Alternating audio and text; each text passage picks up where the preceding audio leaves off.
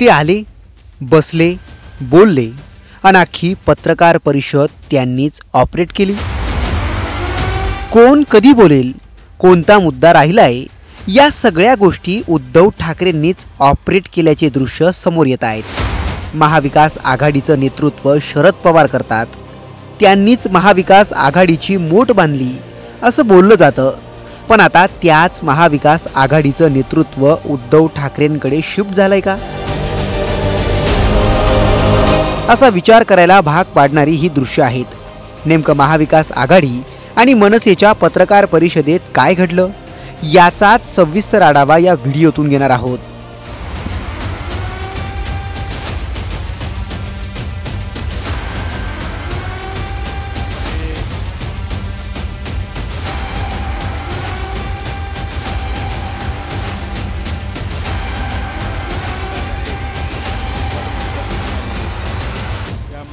महाविकास आघाडी आणि मनसेनं निवडणूक आयोगाविरोधात संयुक्त पत्रकार परिषदेचं आयोजन केलं होतं। या पत्रकार परिषदेत मतदार यादीतला घोळ, बोगस मतदान, निवडणूक आयोगाची भूमिका अशा कित्येक मुद्द्यांवरून गंभीर आरोप झालेत। याच पत्रकार परिषदेचं नेतृत्व इनडायरेक्टली उद्धव ठाकरेंनी केलं का, असे प्रश्न आता विचारले जात आहेत। प्रश्न विचारण्यामागची कारणे काय ते तुम्हीच पहा। पत्रकार परिषदेची जयंत पाटलांनी सुरुवात केली आणि त्याचवेळी ठाकरेंचीही फिरणारी नजर आणि त्यांचे हातवारे पहा।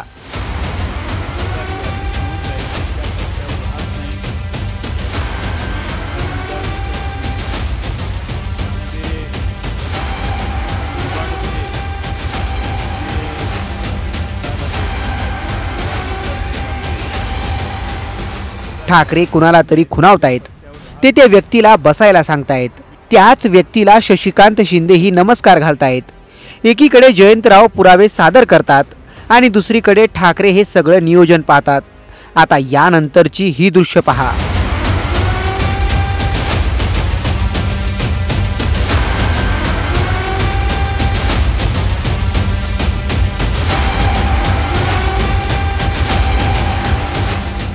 जयंत पाटलांचं बोलून झाल्यावर कुणी बोलावं हेही ठरलेलं असतं। ठाकरे त्यावर शिक्कामोर्तबही करतात।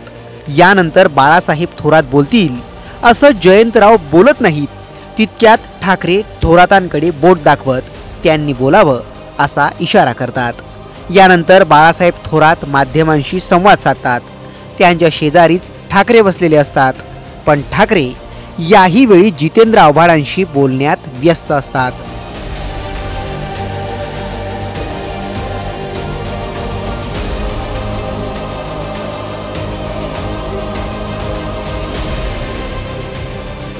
एकीकडे बाळासाहेब थोरात माध्यमांशी बोलतात, दुसरीकडे आव्हाड आणि ठाकरेंच्या चर्चेत जयंतरावही सहभागी होतात। त्यावेळेस ज्या मतदार याद्या होत्या त्याच्यामध्ये प्रचंड दोष होते।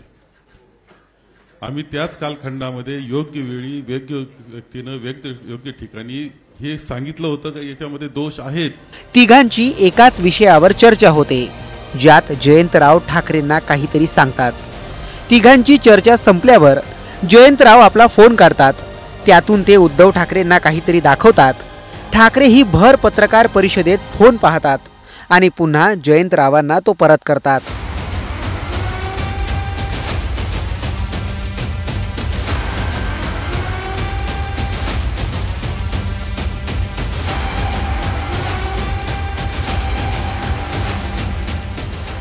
तोवर बाळासाहेब थोरातांचं बोलून झालेलं असतं।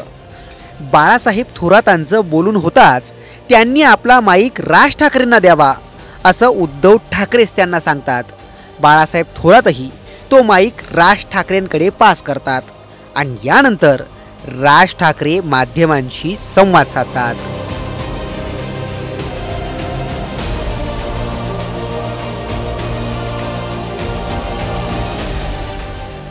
राज ठाकरे बोलायला लागतात, तिकडे पुन्हा उद्धव ठाकरे जयंतरावांच्या फोनमध्ये बिझी होतात।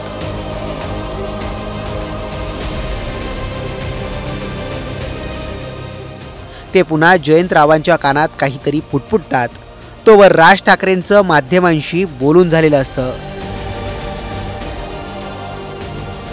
राज ठाकरेंचं बोलून झाल्यानंतर स्वतः उद्धव ठाकरे बोलायला येतात। ते बराच वेळ जयंतरावांच्या मोबाईलमध्ये जे पाहत असतात त्याबद्दलच बोलतात. जयंतरावांकडून एक पुरावा सादर करायचा बाकी राहिला होता. तोच पुरावा ठाकरे सादर करतात आणि आपलं बोलणं पूर्ण करतात. लोकशाहीसाठी, तिच्या रक्षणासाठी महाराष्ट्रातले सर्व राजकीय पक्ष एकत्र आलेले आहेत. आम्ही सर्व एकत्र येत असताना भारतीय जनता पक्षाला सुद्धा पत्र दिलं होतं, पण आज व्यासपीठावर आणि आमच्या कालच्या आणि आजच्या निवडणूक आयुक्तांच्या भेटीमध्ये भाजपाकडनं कोणी आलेलं नाही. हा विषय जो आहे तो गेल्या विधानसभेपासून सगळ्यांच्या लक्षात यायला लागला आणि एका पत्राचा उल्लेख जयंतरावांकडनं राहिला, तो त्यांनी मला सांगितला. तो म्हणजे विधानसभा निवडणुका ज्या म्हणजे गेल्या वर्षी झाल्या 2024, त्याच्या आधी 19 ऑक्टोबरला एक महिना आधी महाविकास आघाडीकडनं निवडणूक आयोगाला एक पत्र दिलं होतं आणि त्याच्यामध्ये आमचा विषय असा होता की नाव घेऊन अगदी म्हटलं तरी की काही भारतीय जनता पक्षाचे कार्यकर्ते ह्या मतदार यादीशी खेळतात आणि त्याच्यामध्ये काही लोक म्हणजे त्यांना हवेत ते घुसवत आहेत, नको ते काढतायत. हा सगळा खेळ यांचा सुरू आहे. आता जसं या दोघांनी सांगितलं, अगदी हे पुरावे आहेत. ही काही यादी आम्ही घरी नाही छापलेल्या. एकेका व्यक्तीचं नाव 4-4 ठिकाणी आहे, एका जागेवरती 200-200 नावं नोंदलेत. हा सगळा लोकशाहीचा खेळ खंडोबा चाललाय. दोन्ही निवडणूक आयुक्तांना आम्ही सांगितले की एक तर इलेक्शन म्हणजे निवडणूक घ्यायची असेल तर ती निष्पक्षपातीपणाने झाली पाहिजे, नाहीतर इलेक्शनपेक्षा सिलेक्शन करून मोकळे व्हा. यावरून महाविकास आघाडी आणि मनसेची ही अख्खी पत्रकार परिषद उद्धव ठाकरेंनी ऑपरेट केली का? राहून गेलेले पुरावे, कुणी कधी बोलावं, किती वेळ बोलावं, याचं सगळं नियोजन उद्धव ठाकरेंनीच केलं होतं का?